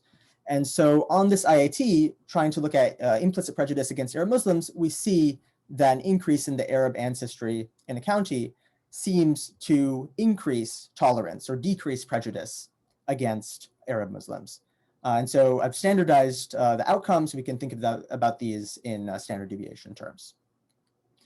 Now, we might think that attitudes toward Arab Muslims might be driven not only by exposure to Arab Muslims themselves, but also just general non-Europeans, right? So maybe just having experience with immigrants who are non-white is going to make me more tolerant toward Arab Muslims. We control for the non-European ancestry in column 3, and we don't really see that changes the coefficient much. You might also think that the IAT is just capturing general hostility towards outgroups. We can control for the average race IAT score, and that does seem to move the coefficient a little bit. It remains strong and statistically significant. And then finally, we can control for the 2012 Republican vote share. Of course, we want to use 2012 rather than 2016 or 2020 because Arab Muslims became a much more salient part of the political campaign in those years. Now, Project Implicit also includes various measures of explicit attitudes or explicit prejudice against Arab Muslims. And so here we're just using the question, how warmly do you feel towards Arab Muslims? And we find pretty similar results, maybe slightly larger in magnitude than increase in the Arab ancestry increases tolerance toward Arab Muslims. We can do this again for political outcomes. So here I'm looking at Trump voting in 2016. In all specifications, we control for the 2012 Republican vote share to try to isolate as best we can the differential between 2012 and 2016, something specific to the Trump years, which were much more hostile toward Arab Muslims than just a general measure of conservativeness or Republicanness. And again, we find that increased Arab ancestry decreases support for Trump. And then zooming in on a particular policy, which is Trump's proposed Muslim ban, the ban on immigration from Muslim majority countries, we see that it also reduces support for the Muslim ban. Okay, so in the final part, I'd like to talk a little bit about mechanisms. There are two mechanisms that we might think would drive the results, or at least two. One is just contact, so greater personal interaction with Arab Muslims, and that'll make me more generous and reduce my implicit and explicit prejudice. And then it could also be that I develop more positive views about Islam, or I learn more about Islam in general, and that also drives the results. So to shed some light on this, we did a large-scale survey in December of 2020. The survey was representative on various observable dimensions, and we asked a couple of questions about contact and a few about knowledge. So our measure of contact: have you ever dined in a Middle Eastern restaurant? Do you have any Arab Muslim friends or neighbors or workplace acquaintances? And then our measures of knowledge, a multiple choice question asking them what Ramadan is. We gave a couple of different options for different pillars of Islam, some of them real, some of them we made up, and we asked them to identify which ones were the true ones, and then the percentage of the US population which is Muslim. And so in terms of contact, we find that exposure increases the propensity to have dined in a Middle Eastern restaurant. It increases the likelihood that your workplace acquaintances or neighbors with Arab Muslims. It slightly increases the probability that you're friends with an Arab Muslim, but that estimate isn't as significant.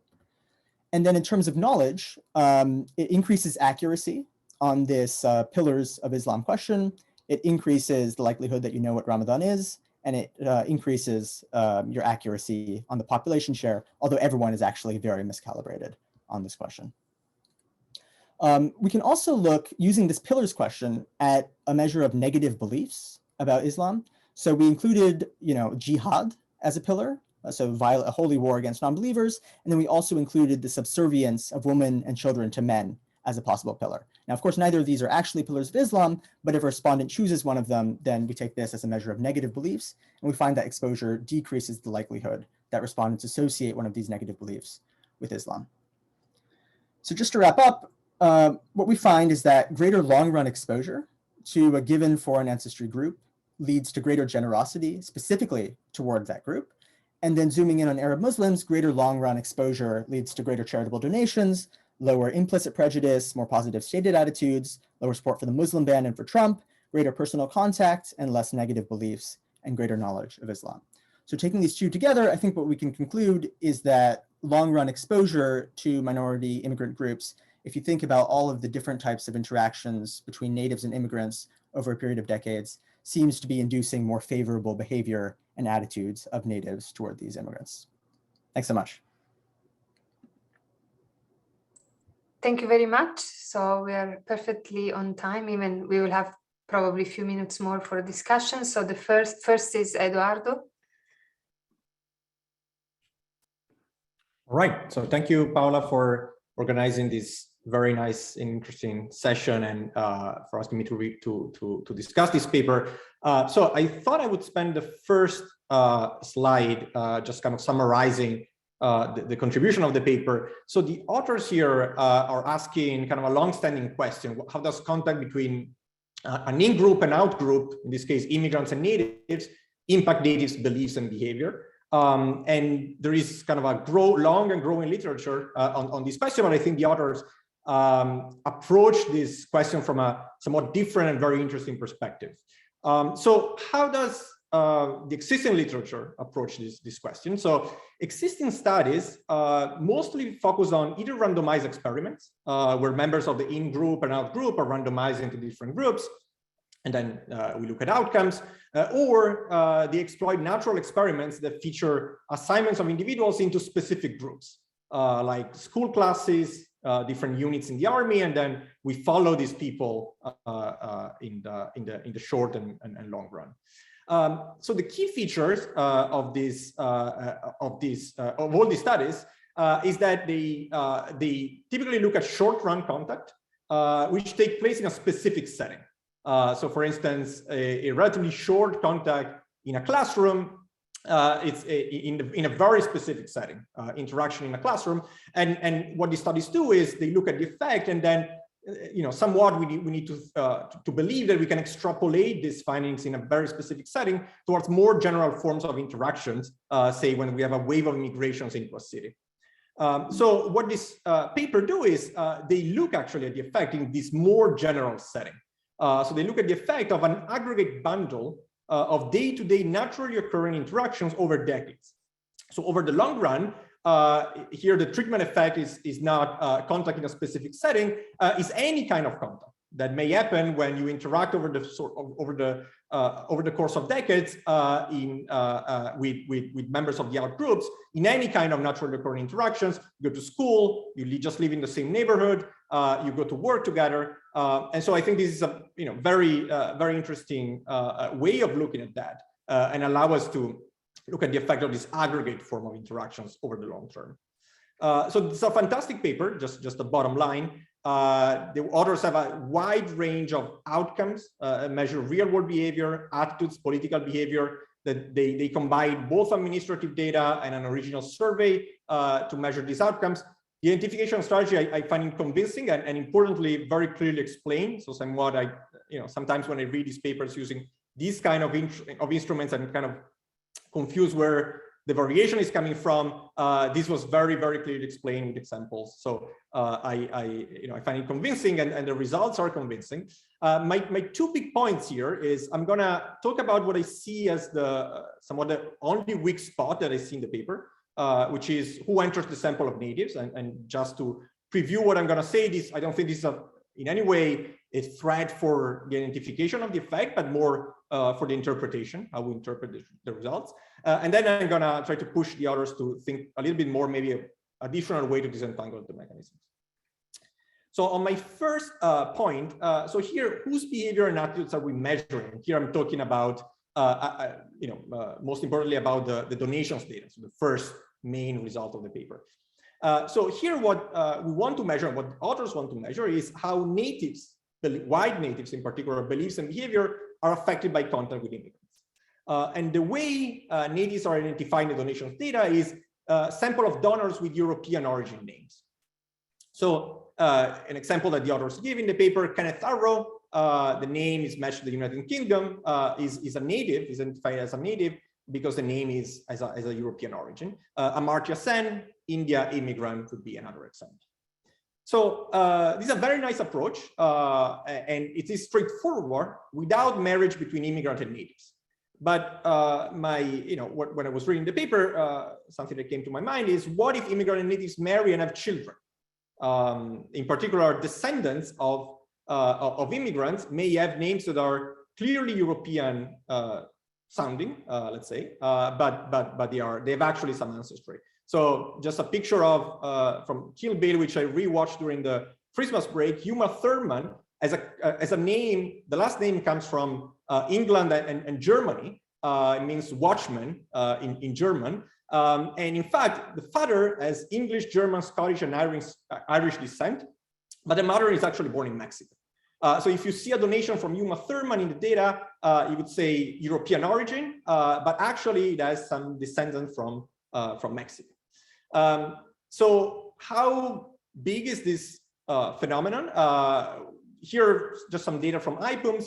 Among newlyweds in 1980s, 33% of Asians, 26% of Hispanics, 4% of whites are intermarried. So here we don't know, of course, which country are involved here, but there is a degree of intermarriage. And these shares in 2015 are kind of similar for Asian and Hispanics. They've actually increased for whites. So it's actually possible, and it's very well possible, of course, that precisely because we're looking at forms of long-term contacts over decades, and a lot of the variation here is coming from waves of immigration at the end of the 19th and early 20th century, that some of these donations are coming from people who have ancestry from specific countries. So what does this mean for interpretation? As I said, here, this is not a problem per se for identification. We're still identifying the effect of having more people, more immigrants from a given country in a given county today on the propensity of donors with European sounding names to donate to that specific country. But in terms of interpretation, this may, of course, have a big impact. So in the paper, the interpretation here is natives interact with immigrants from country C, and through some mechanisms, natives' donation towards that country C specifically increase. But an alternative is that natives who have European names may have parents and grandparents, and by parents I mean mothers specifically, but and both grandparents from country C, and just because they have this origin, this descendancy from that specific country, when there is a natural disaster in that country, they are more likely to donate to that country. So how should we think about this? So first, in a sense, intermarriage is just a result from naturally occurring interactions. So if more immigrants move to a certain place and we see intermarriage, that's just a way in which there is interaction over the long run between natives and immigrants. So we want to include the impact of this in the estimated effects. But at the extreme, we cannot rule out that changing beliefs and behaviors occurs only through intermarriage. So if I'm a native and there are many immigrants, first or second generation immigrants around me, there is no effect at all in my beliefs and my generosity. That occurs only if I have some descendancy from that country myself. And then another point here, I'm not 100% sure how to think about that, but it looked to me that if we take this into account, the dependent variable might be measured better, but by better here I mean closer to the interpretation that the authors give. These are like 100% natives in countries that have low rates of historical intermarriage. So perhaps this dependent variable may be measured better in countries with more hostile attitudes toward immigrants, where the rate of intermarriage is actually lower. So I'm not 100% sure how to think about that, but that may be something to keep into account.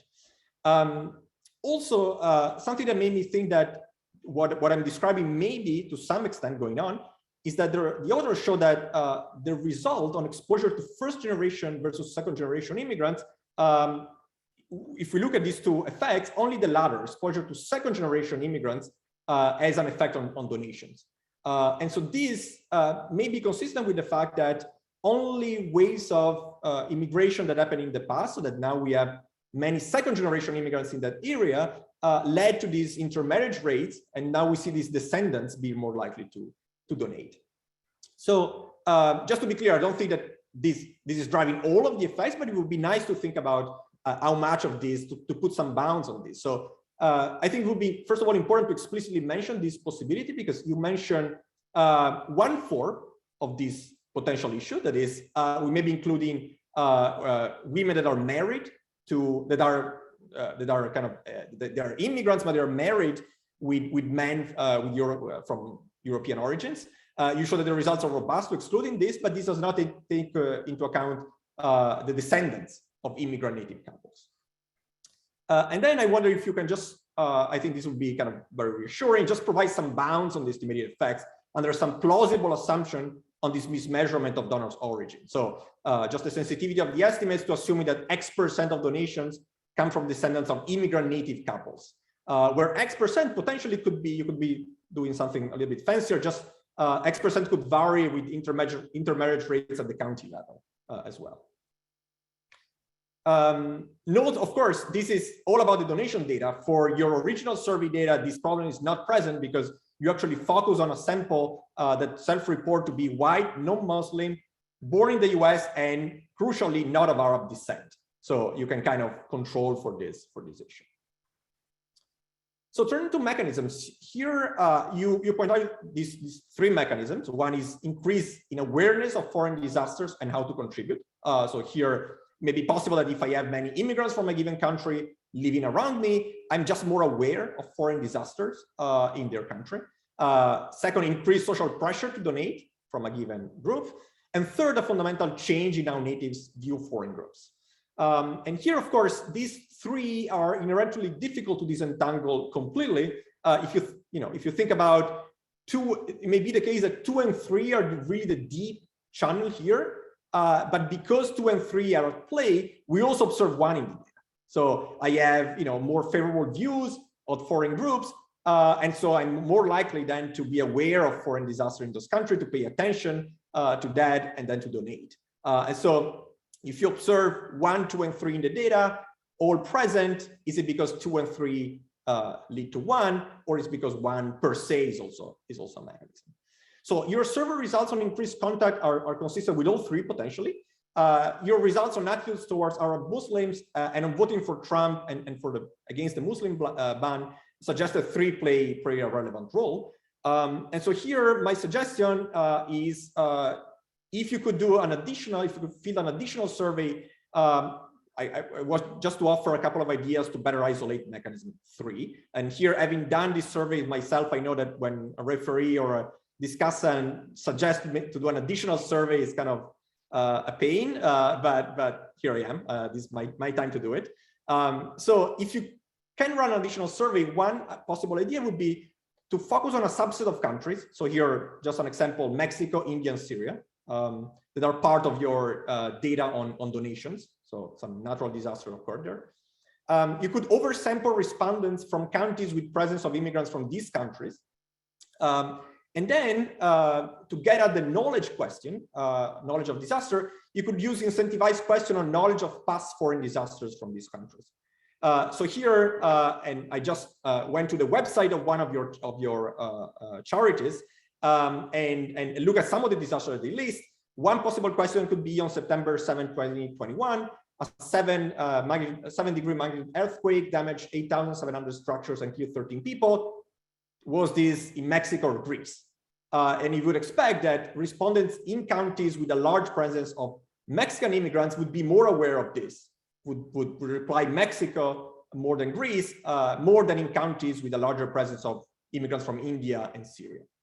Another example, on a disaster in India or Senegal, again, respondents from countries with a large presence of Indian immigrants should be more aware of this than respondents from other countries. The nice thing about this, I think, is that if you find no treatment effect, so independently of the county and the presence of immigrants from a specific country, you don't see a treatment effect here, then you can exclude mechanism 1. And you know that these people are equally aware or unaware potentially of these disasters, and then you can exclude mechanism 1. The second suggestion is you could conduct a donation experiment yourself in a survey. You could ask the respondent whether they want to donate. I put $5 here, depending on the budget, to one of these foreign causes, and you have a foreign cause from Mexico, from India, and from Syria in these examples, or keep the $5 for themselves. Here, the nice thing about this is that you can control for mechanism 1 and 2 directly. You're telling them about these foreign causes to which they can donate. So you're shutting down mechanism 1, and there is, within this survey, presumably there is no social pressure to donate to a specific country. And so you're also controlling for mechanism 1. If you find an effect, larger donations to a disaster in a specific country that depends on the presence of immigrants from that country in the county where the respondent lives, then you can provide direct evidence for a role of mechanism 3. So this all I have. Very nice paper, and I hope some of this is useful. Thank you very much. So Aakaash, do you want to, we have enough time, so do you want to answer Eduardo, and then I take questions from the floor? Perfect. Yeah, I mean, thanks so much, Eduardo. That was a fantastic discussion. Gave us a lot of things to think about, and I think you're absolutely right on both points. So on the first point about whether our sample is capturing the descendants of immigrants, I think that's absolutely a possibility. I think we need to be a lot more explicit in the paper about that possibility. One thing we can do, and I don't think we've done this yet, but one thing we can do in addition to just focusing on men, which as you mentioned, kind of addresses the problem a little bit, but definitely doesn't go all the way. One thing we can do is try to restrict to donors who we think who are from the country that they're donating to. So in basically all the specifications we show in the paper, we explicitly throw those out. We can try restricting to those donors, and then looking at the rates of donation, and then exactly as you mentioned, use that as an input into some sort of bounding exercise to try to get at whether rates of intermarriage could explain alone the estimated treatment effects. But I think the other suggestions there are great, and we're going to have to think a lot more carefully about how to do that. And yeah, absolutely. Just to add, since Aakaash was replying to this, I think also many of the groups are fairly small. So I think we can make some pretty crazy assumptions about intermarriage rates, and I think it's still going to be pretty small. But I think we should definitely try that. Yeah. Perfect. Yeah, and then in terms of disentangling mechanisms, I totally agree. We have some evidence, and maybe I can even share a table. We have some evidence on using this data from Project Implicit, particularly for Arab Muslims. So they have a couple of different questions. One is, I avoid prejudice due to the social standards of my time. One is I avoid prejudice in order to avoid disapproval from other people. And then they have two various questions of the form, I avoid prejudice because I really believe that it's the right thing to do. And so I think if we look at 3 and 4, we see much bigger estimated coefficients. Obviously, this is suggestive, and I don't think that the questions were worded, exactly to get at this mechanism of whether it's social norms driving things or whether it's personal beliefs. But it at least seems suggestive that things are being driven by personal beliefs. And of course, the IAT, in contrast to these more explicit questions, hopefully is getting more at kind of a fundamental, deep-seated preference rather than social norms. But absolutely, I think the survey that you suggest and eliciting directly knowledge about recent disasters makes a lot of sense. We've tried in the past doing things like Google Trends and looking at whether these counties are searching more for these disasters. I guess just the issue there is that it's very hard to exclude, to know that we're excluding the actual immigrant groups themselves. And so I think the survey you propose makes a lot of sense there. Leo, do you have anything you want to add? Yeah, one thing we do rule out is that there could be a possibility as well is that these charities are targeting these areas more heavily, right? So supply side mechanism, and we don't, we can rule that out, and also upon consulting with the charities, because that could be another concern, right? That they just targeting these areas. So just make sure we do rule out the mechanism.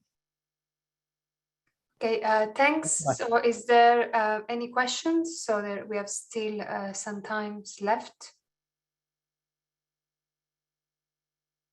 No? Okay, so I think we can finish even a few minutes earlier. So there is one question here from Marco. Super quickly, so that everyone is unhappy except perhaps Leo and Aakaash. No, I was wondering whether you have looked at polarization, like whether you can see people moving in the opposite, like some subset of people moving in the opposite direction, especially given so whether you had thought of doing some analysis of polarization. Yeah, so we have done that actually. I don't think it's in the current draft. We've tried that in the context of the results on prejudice. So implicit, the IIT, and the measures of explicit prejudice. We do quantile regressions. And it seems that throughout the distribution, we don't find, so if we look kind of within county at the distribution of treatment effects on the 0.1 quantile, 0.2 quantile of either implicit or explicit prejudice, it doesn't seem to be that there's a lot of heterogeneity. The effects are maybe stronger at the top, so for respondents who are already less prejudiced, but they seem to be positive throughout. One thing that we do find is if we do these at the county level, so if we look differently, at conservative counties versus more liberal counties, we see maybe some more evidence of heterogeneity. So the effects are strongest in liberal counties. They're maybe negative or slightly positive in conservative counties, but we just get large standard errors. And of course, there's all the usual concerns that, of course, if we do this conservative liberal split, we're already selecting on the dependent variable. But I think it's a useful exercise, and we have to think more about whether it's at the bar that we can include it in the paper. I think also another thing that we do that could speak to that is the fact that if you think of donations as more of a measure of generosity, so we can think maybe those are people who are more prone to be open and generous toward foreign groups. So that would be one side. And if we look at vote for Trump or support for a Muslim ban, that could be seen as kind of capturing a measure of hostility. So maybe more on the other side. And we see movements on both sides. So it's not really, directly comparable, but it suggests that we're seeing movement on both sides. Can you exploit? I don't think you can exploit income shocks. Like I'm thinking about things that I'm happy to, not because I'm more generous when I'm richer or when I have a positive income shock, but precisely attitudes towards minorities may be influenced in different ways. So I'm happy to be pro diversity when things are going well. I don't know whether in your context you can really nail down that. Right. Yeah, we've thought a little bit about it. We haven't done much yet. I think it's an interesting exercise. We have another paper in which we kind of look at the effects of economic crises on attitudes towards immigrants. But I think we could also do more on this paper. Okay, great. So I think we are perfectly on time, even a few minutes earlier. So let me thank again all the presenter and the discussant for very provocative papers. And I hope to see many of you somewhere in person soon. Thanks again and Happy New Year. Thank you. Thanks, Paola. Thanks, Paola.